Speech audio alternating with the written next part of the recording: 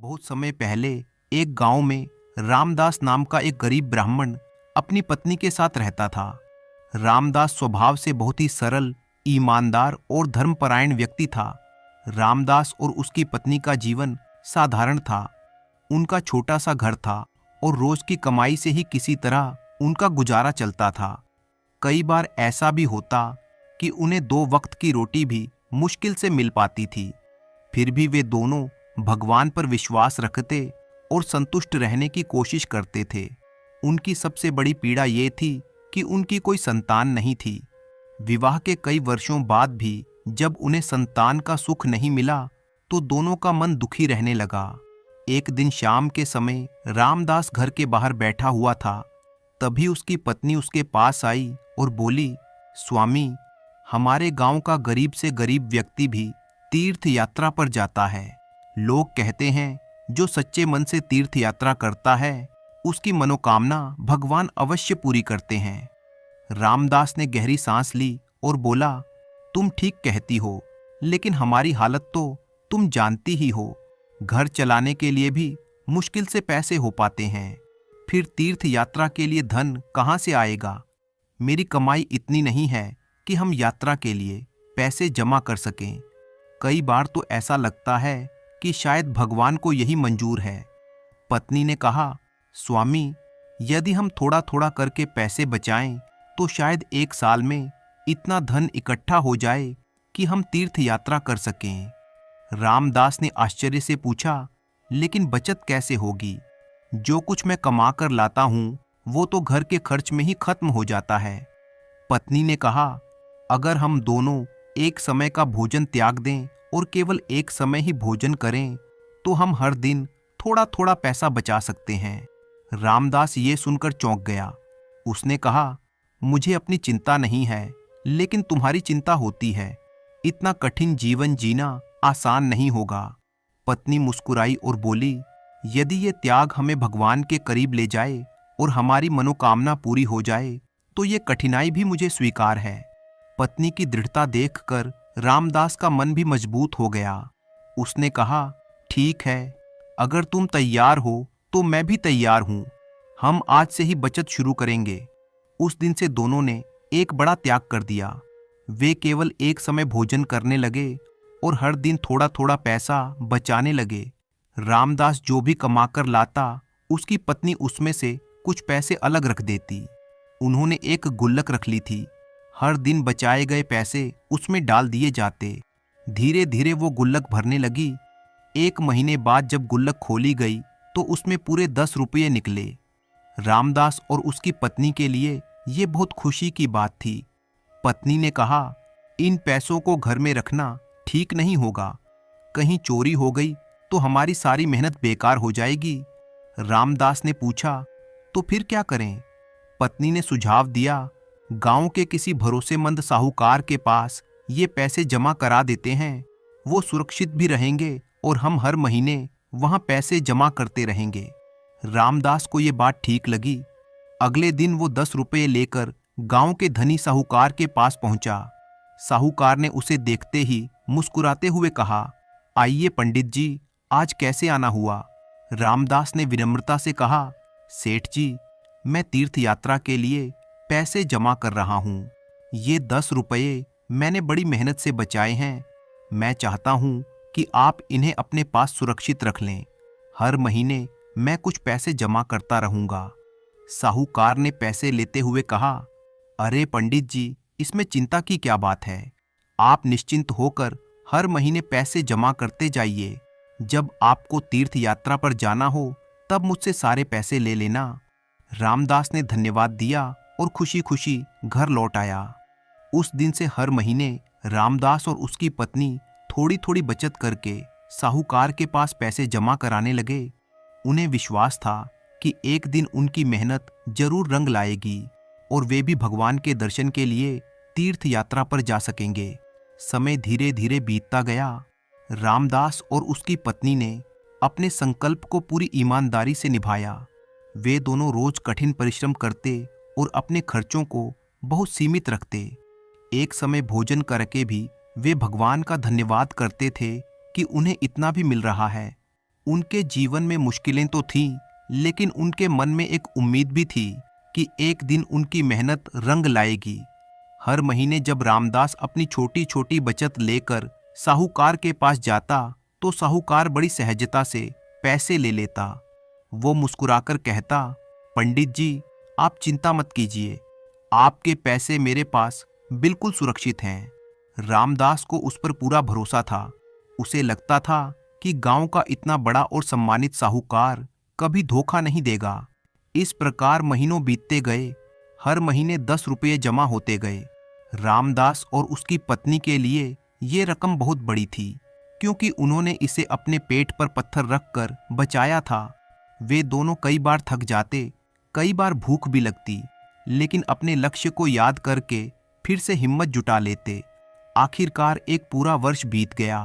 12 महीने की बचत से कुल मिलाकर 120 रुपये जमा हो चुके थे। ये रकम उनके लिए किसी खजाने से कम नहीं थी। अब उन्हें लगने लगा कि उनका सपना सच होने वाला है। एक दिन सुबह रामदास की पत्नी ने उत्साहित होकर कहा, सुनिए जी, कल गांव के कुछ लोग तीर्थ यात्रा पर जा रहे हैं, क्यों न इस बार हम भी उनके साथ चलें। अब तो हमारे पास भी यात्रा के लिए पर्याप्त धन हो गया है। अगर हमें गांव वालों के साथ जाना है तो हमें आज ही तैयारी करनी होगी। रामदास ने कहा, तुम ठीक कह रही हो। हर महीने 10 रुपये के हिसाब से अब हमारे 120 रुपये साहूकार के पास जमा हो चुके हैं। इतने पैसे में हमारी यात्रा आराम से हो जाएगी। पत्नी ने कहा, आप अभी जाकर सेठ जी से पैसे ले आइए। रामदास भी बहुत उत्साहित था। कुछ ही देर में वो साहूकार के पास पहुंच गया। रामदास ने विनम्रता से कहा, सेठ जी प्रणाम। साहूकार ने बोला, अरे पंडित जी आइए, आज कैसे आना हुआ। रामदास ने कहा, सेठ जी, कल हमारे गांव के कुछ लोग तीर्थ यात्रा पर जा रहे हैं। मैं भी अपनी पत्नी के साथ उनके साथ जाना चाहता हूँ, इसीलिए मैं अपने वो पैसे लेने आया हूँ जो मैं पिछले 1 साल से आपके पास जमा करा रहा हूँ। ये सुनकर साहूकार का चेहरा अचानक बदल गया। उसने भौहें सिकोड़ते हुए कहा, कौन से पैसे। रामदास थोड़ा घबराया। उसने कहा, सेठ जी, वही पैसे जो मैं हर महीने 10 रुपये के हिसाब से आपके पास जमा करता रहा हूँ। अब तक 120 रुपये हो गए हैं। साहूकार हंस पड़ा और बोला, पंडित जी, तुम कैसी बातें कर रहे हो, मैंने तुमसे कोई पैसे नहीं लिए। रामदास को अपने कानों पर विश्वास नहीं हुआ। उसने विनती करते हुए कहा, सेठ जी, आप शायद भूल रहे हैं, मैंने हर महीने आपके पास पैसे जमा कराए हैं। आपने ही कहा था कि जब मुझे तीर्थ यात्रा पर जाना हो तब मैं आपसे सारे पैसे ले सकता हूँ। साहूकार का चेहरा कठोर हो चुका था। उसने गुस्से से कहा, तुम मुझ पर झूठा आरोप लगा रहे हो। तुम्हारे जैसे गरीब आदमी के पास हर महीने 10 रुपये कहाँ से आएंगे। रामदास का दिल धक से रह गया। उसने फिर से कहा, सेठ जी, भगवान के लिए ऐसा मत कहिए। ये पैसे हमने बड़ी मुश्किल से बचाए हैं। हम दोनों ने एक समय भोजन करके ये रकम जमा की है। लेकिन साहूकार का दिल बिल्कुल कठोर हो चुका था। उसने डांटते हुए कहा, भागो यहाँ से। अगर तुमने और बकवास की तो मैं अपने नौकरों से कहकर तुम्हें बाहर निकलवा दूंगा। ये सुनकर रामदास के पैरों तले जमीन खिसक गई। उसकी आंखों में आंसू आ गए। वो अपने घर की ओर चल पड़ा। घर पहुंचकर उसने अपनी पत्नी को सारी बात बताई। ये सुनकर उसकी पत्नी भी स्तब्ध रह गई। उसने दुखी स्वर में कहा, ये तो बहुत बड़ा अन्याय है। हमने इतनी मेहनत से पैसे बचाए और वो उन्हें देने से साफ मुकर गया। रामदास ने निराश होकर कहा, लेकिन मैं क्या कर सकता हूँ, मेरे पास कोई सबूत भी नहीं है कि मैंने पैसे उसके पास जमा कराए थे। पत्नी कुछ देर सोचती रही। फिर उसने कहा, आपको राजा के पास जाना चाहिए, वो हमें न्याय दिला सकते हैं। पत्नी की बात सुनकर रामदास के मन में आशा जागी। उसने निश्चय किया कि वो राजा के दरबार में जाकर अपनी फरियाद अवश्य रखेगा। अगली सुबह रामदास महल की ओर चल पड़ा। रामदास दरबार में पहुंचकर हाथ जोड़कर बोला, महाराज, मुझे न्याय दीजिए। राजा ने कहा, ब्राह्मण देवता, आपके साथ क्या अन्याय हुआ है। रामदास ने बताया कि किस तरह उसने और उसकी पत्नी ने पूरे 1 साल तक कठिन परिश्रम करके पैसे बचाए और हर महीने 10 रुपये गांव के साहूकार के पास जमा कराए। जब वो पैसे लेने गया तो साहूकार साफ मुकर गया और उसे अपमानित करके भगा दिया। राजा ने सैनिकों को आदेश दिया, जाओ और साहूकार को तुरंत हमारे सामने पेश करो। सैनिक घोड़ों पर सवार होकर तुरंत साहूकार के घर पहुंचे। उन्होंने साहूकार से कहा, सेठ जी, आपको दरबार में चलना होगा। साहूकार थोड़ा घबरा गया। उसने पूछा, लेकिन क्यों? मैंने क्या गलती की है? सैनिकों ने कहा, ये आपको महाराज ही बताएंगे, अभी हमारे साथ चलिए। कुछ ही देर में साहूकार को दरबार में लाया गया। वो राजा के सामने हाथ जोड़कर खड़ा हो गया। राजा ने गंभीर स्वर में पूछा, सेठ सुमेर चंद, क्या ये सच है कि इस ब्राह्मण ने पिछले 1 साल से आपके पास पैसे जमा कराए हैं और अब आप उन्हें देने से इनकार कर रहे हैं? साहूकार ने जवाब दिया, महाराज, ये ब्राह्मण झूठ बोल रहा है। इसने मेरे पास कोई पैसे जमा नहीं कराए। आज सुबह ये मेरे घर आया था और मुझसे तीर्थ यात्रा के लिए कर्ज मांग रहा था। जब मैंने इसे कर्ज देने से मना कर दिया तो ये मुझ पर झूठा आरोप लगाने लगा। दरबार में बैठे सभी लोग ध्यान से दोनों की बातें सुन रहे थे। साहूकार ने आगे कहा, महाराज, आप स्वयं विचार कीजिए, जिसे 2 वक्त की रोटी भी मुश्किल से मिलती हो, वो हर महीने 10 रुपये कैसे जमा कर सकता है? फिर व्यंग्य करते हुए कहा, अगर इसने सचमुच पैसे जमा कराए हैं तो इसके पास कोई गवाह या लिखित प्रमाण जरूर होना चाहिए। राजा ने रामदास से पूछा, ब्राह्मण देवता, क्या आपके पास कोई प्रमाण है जिससे ये साबित हो सके कि आपने वास्तव में पैसे जमा कराए थे? रामदास दुखी स्वर में बोला, महाराज, मेरे पास कोई गवाह या कागज नहीं है। मैंने तो केवल विश्वास के आधार पर पैसे जमा कराए थे। भगवान ही जानते हैं कि मैं सच बोल रहा हूं। राजा गहरी सोच में पड़ गए। एक ओर गरीब ब्राह्मण की सच्चाई भरी बातें थीं और दूसरी ओर साहूकार का आत्मविश्वास था। दोनों ही अपनी बात को दृढ़ता से कह रहे थे। दरबार में उपस्थित लोग भी उलझन में थे कि सच कौन बोल रहा है। बिना प्रमाण के किसी एक के पक्ष में फैसला करना कठिन था। कुछ देर बाद राजा ने कहा, मैंने तुम दोनों की बातें ध्यान से सुनी हैं, लेकिन बिना प्रमाण के ये तय करना कठिन है कि कौन सच बोल रहा है और कौन झूठ। फिर राजा ने घोषणा की, इस मामले का फैसला 7 दिन बाद किया जाएगा। तब तक तुम दोनों अपने अपने घर जाओ। राजा का ये निर्णय सुनकर दोनों दरबार से बाहर चले गए, लेकिन राजा के मन में ये मामला लगातार घूमता रहा। उस रात राजा को बिल्कुल नींद नहीं आई।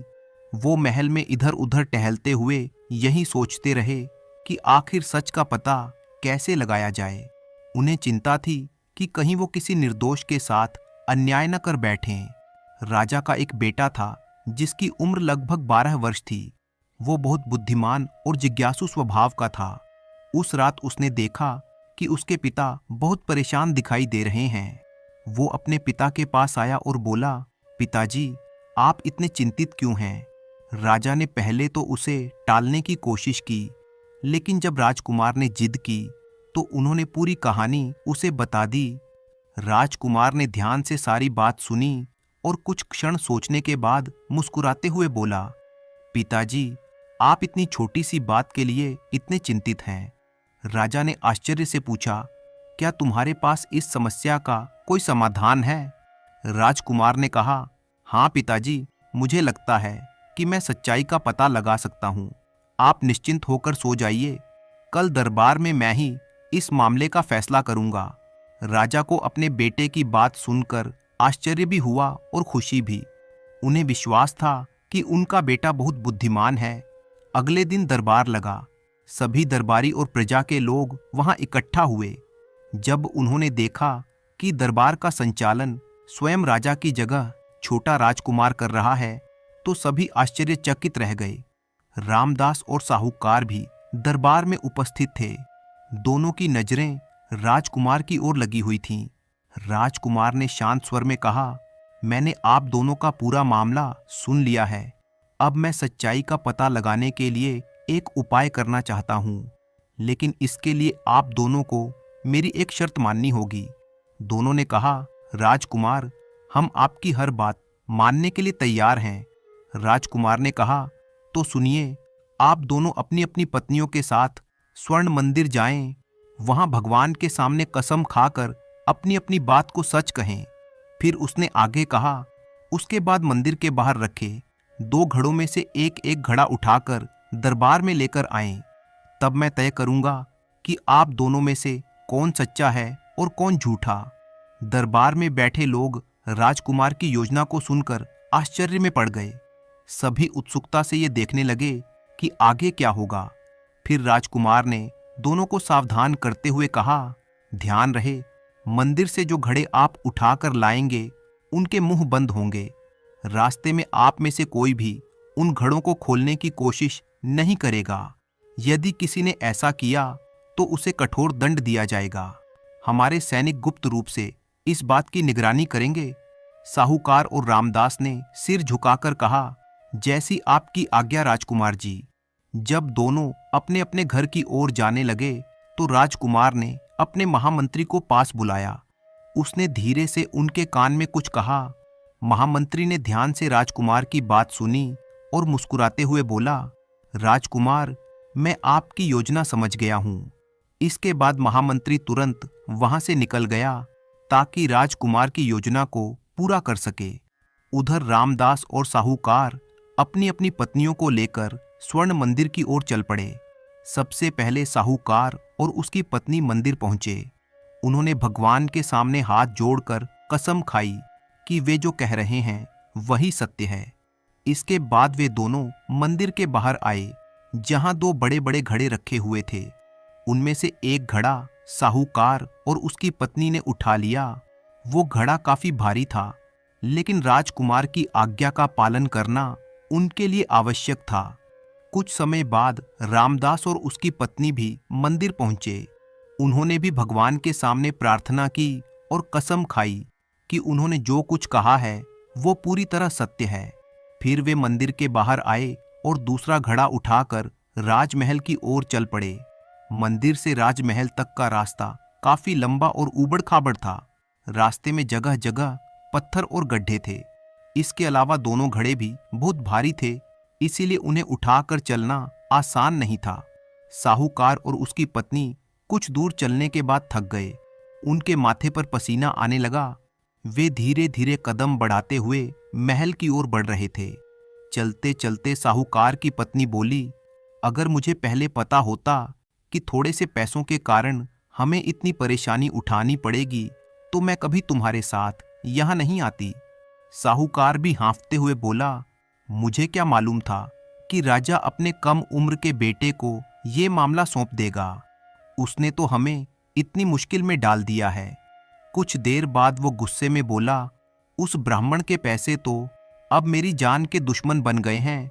सच कहूं तो अच्छा होता कि मैं उसके पैसे वापस लौटा देता। उधर दूसरी ओर रामदास और उसकी पत्नी भी भारी घड़ा उठाकर धीरे धीरे आगे बढ़ रहे थे।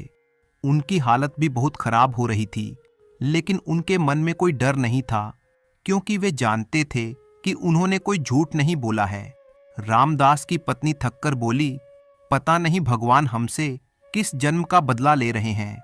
अपने ही पैसों के लिए हमें इतनी तकलीफ उठानी पड़ रही है। रामदास ने कहा, भगवान को दोष मत दो। गलती मेरी ही थी कि मैंने उस साहूकार पर इतना भरोसा किया। अगर मैं सावधान रहता तो आज हमें ये दिन नहीं देखना पड़ता। किसी तरह दोनों जोड़े अपने अपने घड़े उठाकर राजमहल तक पहुंच गए। दरबार में पहले से ही राजा, राजकुमार और कई दरबारी उपस्थित थे। जैसे ही दोनों ने घड़े दरबार में रखे, राजकुमार ने कहा, फैसला तो अब हो ही जाएगा। इसके बाद उसने घड़ों की ओर देखते हुए कहा, दोस्तों, अब तुम दोनों घड़ों से बाहर आ सकते हो। राजकुमार की बात सुनकर पूरे दरबार में हलचल मच गई। कुछ ही क्षणों में दोनों घड़ों के ढक्कन खुल गए और उनमें से 2 छोटे बालक बाहर निकल आए। उन बच्चों के हाथ में कागज थे। उन्हें देखकर साहूकार और उसकी पत्नी के चेहरे का रंग उड़ गया। उन्हें समझ में आ गया कि अब उनकी पोल खुलने वाली है। राजा ने आश्चर्य से पूछा, बेटा ये सब क्या है? राजकुमार ने मुस्कुराते हुए कहा, पिताजी, इन दोनों बच्चों ने रास्ते भर दोनों दंपतियों की बातचीत सुनी है। जो कुछ भी उन्होंने कहा उसे इन बच्चों ने कागज पर लिख लिया है। अब इन्हें पढ़कर सच्चाई का पता चल जाएगा। राजकुमार की बात सुनते ही पूरे दरबार में सन्नाटा छा गया। सभी लोग उत्सुकता से उन दोनों बच्चों की ओर देखने लगे जो घड़ों से बाहर आए थे। उनके हाथों में कागज थे जिन पर रास्ते में सुनी गई सारी बातें लिखी हुई थीं। राजा ने गंभीर स्वर में कहा, बेटा अब जल्दी से हमें बताओ कि सच्चाई क्या है। राजकुमार ने विनम्रता से कहा, पिताजी, इन दोनों बच्चों ने रास्ते में जो कुछ सुना है वही इन कागजों पर लिखा है। कृपया आप स्वयं इन्हें पढ़कर देखिए, तब सच्चाई आपके सामने स्पष्ट हो जाएगी। राजा ने बच्चों के हाथों से वे कागज लिए और ध्यान से पढ़ने लगे। कुछ ही क्षणों में राजा को समझ में आ गया कि सच्चाई क्या है। कागज में लिखा था कि रास्ते में चलते समय साहूकार और उसकी पत्नी ने स्वीकार किया था कि ब्राह्मण ने सचमुच उनके पास पैसे जमा कराए थे।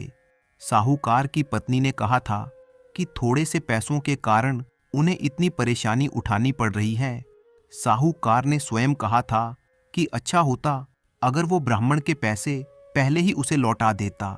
ये सब पढ़कर राजा का चेहरा क्रोध से लाल हो गया।